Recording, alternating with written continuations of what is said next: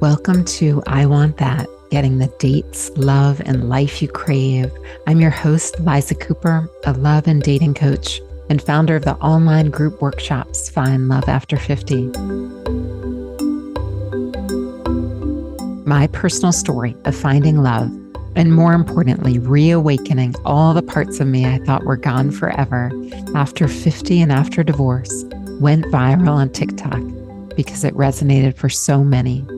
Join me as I interview couples, singles, and experts to uncover what love means in all of its beautiful forms, including the hurdles and how to overcome them. Together, we'll have powerful conversations that light the path to getting everything you want in life, especially in matters of the heart. My conversation continues with Alina and Scott. If you feel I want that about their love and their relationship, this episode is for you. They share some incredible wisdom and 3 tips which work to sustain their pretty awesome relationship. You can apply them to your life.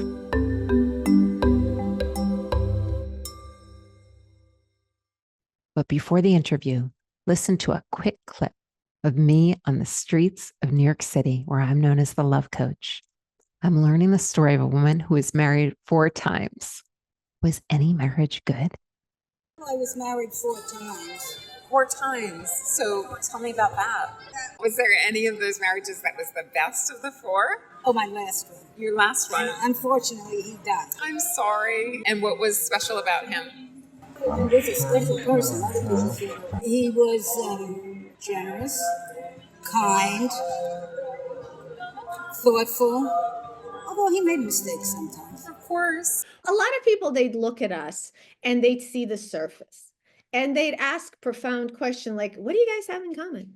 And as initially we just used to say TV. We both like TV, but that's not enough. We both sort of see the world in a similar way, which has nothing to do with color or religion or gender. The fact is we see the world in similar ways, and we might have even come at it from different perspectives, but we ended up in the same place. Yeah. No, go ahead. And I was saying, you see it a lot when you see comedians. And so, lately there's been a lot of comedians of different ethnicities. And so you'll have somebody says, well, when a Vietnamese family get together, oh boy, the amount of food that they have there. And it's just like, no, that's everybody. Well, yeah. Right. What is the culture that doesn't have food at parties? Right. I have never heard anybody say, oh, the thing about my grandmother is she never feeds me. So we actually see a lot more commonality. Yeah. We do different. And I mean, it's interesting because you're really talking about how people maybe illustrate or underscore difference when you don't necessarily see as much yourselves. I've even written a piece about 3 tips to a long-lasting relationship that all the manuals don't tell you. And the first one is be incredibly self-absorbed, which is that we don't care what other people think. You asked us earlier, what did your friends think? What did your family think? And it's like, is that relevant? I mean, I'm not really sure. Yeah. And you also talked about compromise. That was one of your tips. And maybe talk about that, because in my relationships, in my marriage, I was accused of not really knowing how to compromise. And, curious about how you said that that wasn't something that you find helpful. Tell us about that. Well, we came up with a rule very simply. It's never compromise. Because when you compromise, you have 2 unhappy people. So you give in sometimes, I give in sometimes. This way, at least one person in the relationship is happy.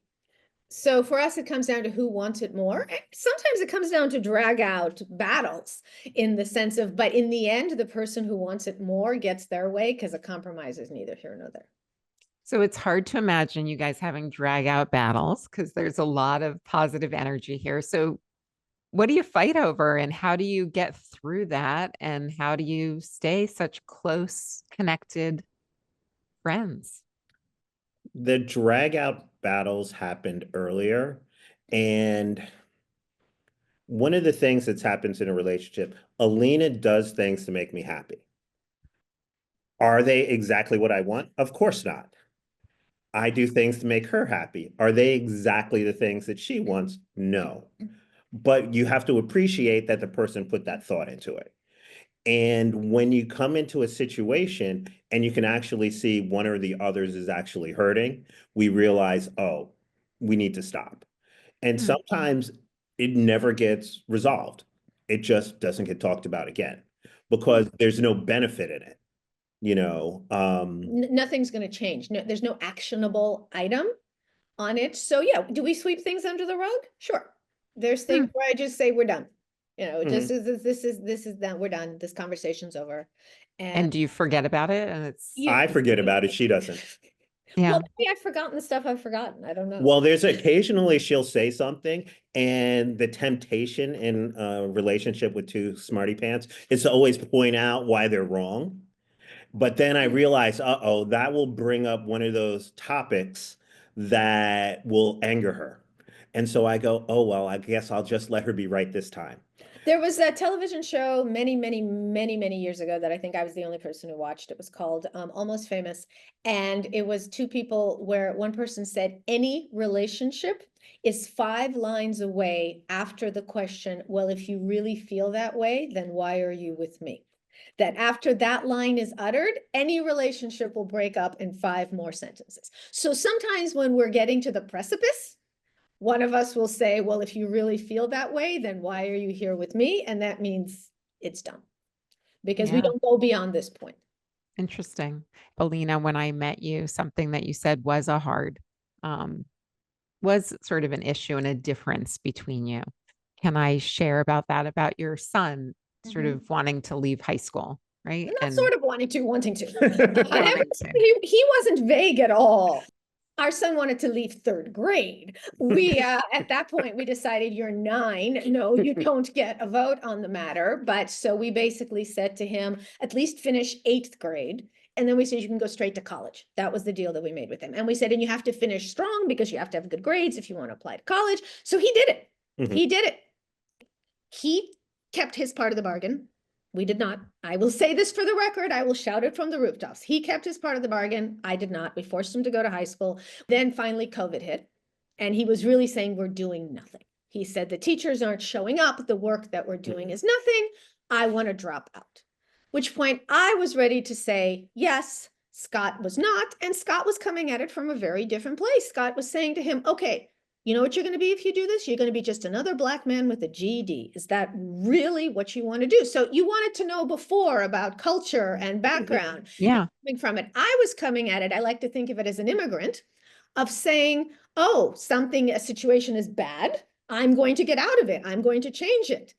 Even if it takes a huge risk, because I mean, think about what, my parents and the parents of our generation did. They left the Soviet Union before the internet, before other people had done it. They had no idea where they were going. They thought they might have been falling off the end of the earth. So my point is that you have to take a huge risk for a huge reward, even if it's not the traditional path. So that's where I was saying I was coming from. And Scott was coming from Black man with a GED. So I actually love that story because despite all of the sort of synchronicity you guys have, that was an area where you really felt very differently because of your different cultural, racial, ethnic backgrounds. And so how did you resolve that between each other? I know you can tell me what your son ended up doing, but how did you guys resolve? As I was saying at the beginning, we're decisive. Once the decision's made, it's fine. Okay. Now, I did not realize that Alina was faking it because when he got into his first college, she was like, oh my God, I'm so happy. I didn't think he'd get into college. I'm like, well, then why did you make that decision? She's a risk taker. She was giving her immigrant families risk taking. But you had differing comfort levels with that decision. And it sounds like you didn't compromise. You decided. Yes. And Alina maybe got won that one somehow. Or... But she didn't. She actually wasn't advocating for herself. This isn't something she wanted. Something she believed she needed to have happen for her child. So no, this was not easy. This was not something I wanted. The fact is we both didn't want it to happen. we had different reasons for not wanting it to happen, different reasons for going along with it. Mhm. But Yes. yeah, well, but as I think I mentioned to you when we spoke the first time, at that point we'd been married over 20 years and we had never fought as much as on one single topic as we did about it. I mean, at least it was at least all summer long. How did you repair? Because I think repair is a huge thing, and you guys Well, have mentioned it. remember I told you about the article that I wrote that had 3 tips. First, be incredibly self-absorbed. Second, never compromise. And 3, are we ready? Have sex even when you don't feel like it. Because as Scott has said, that has never gone wrong. It's a solution that can never go, well, can't. That's wrong. No, you can't say can't. I'm sure for a Right. lot of people it can. Do you want, because I love ending on sex. So do you want to share a little bit further about that? Like, what do you mean? Like, have sex even when you don't Sometimes you're want just to? really tired. Sometimes you want to read. At the end of the day, that's the core of what a relationship is. Okay. You're basically doing this thing that biology forces you to do. Okay. Why would you force yourself into monogamy if you are not going to be able to get the thing that comes after, Wi-Fi, water, and air and food? In Maslow's hierarchy of needs. And so that's just really important. And if you get to the point where you don't want to have sex anymore, I understand why people break up. If you don't want to do that anymore, it's like, oh, okay. I sometimes ask him, aren't you bored? And he goes, no. Nope. Because you read things. There's all this stuff in the media. The media is always like, you got to spice it up. It's Yeah. super boring. Well, I'm like, novelty, right? Yeah. You talked about novelty with your intellect. So what Right. about But sometimes I ask in the him, aren't bedroom? you bored yet? But what's actually interesting is when you actually look at the science of happiness, they actually find that doing the same thing actually gives greater happiness over time. And so there's been many studies, they've actually shown that a lot of arranged marriages are actually happier than one where people pick themselves. There's situations where I say, oh, you go to your favorite restaurant and then and try new things, but they actually find most likely you've already found one thing that you liked. And so why am I going to keep on swapping? So yeah, you throw in a little novelty there and there, you try, an extra side dish or something. But when I go to my restaurant, I know what I'm going to order because I know I'm going to enjoy it and I'm going to have a satisfying dining experience. And Yeah, not about something. there's something comforting in routines for people, right? There's I something don't know if comforting. it's routine. It's just, if you liked it before, you'll probably like it again. Yeah. I mean, it's like my favorite cookie is an Oreo. Don't read too much into that. It was. It's a good cookie. It's a good Okay. cookie. And it's like, yes, if I ate, 3 boxes in one day, I probably wouldn't like it as much for a while. So you don't want to take the repetition to like a ridiculous degree. Right. If I need a pick me up, going grabbing 3 Oreos, it's like, I know I'm going to be happier after I had those Oreos than I was before it.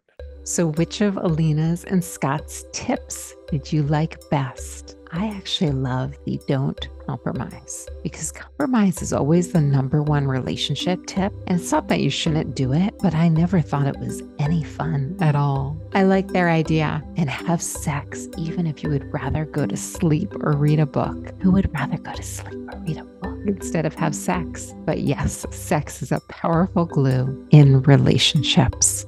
If you enjoy my podcast, please subscribe, like, comment, and share. If you would like to join my online small group workshop for those seeking a healthy relationship, sign up at fineloveafter50.guru.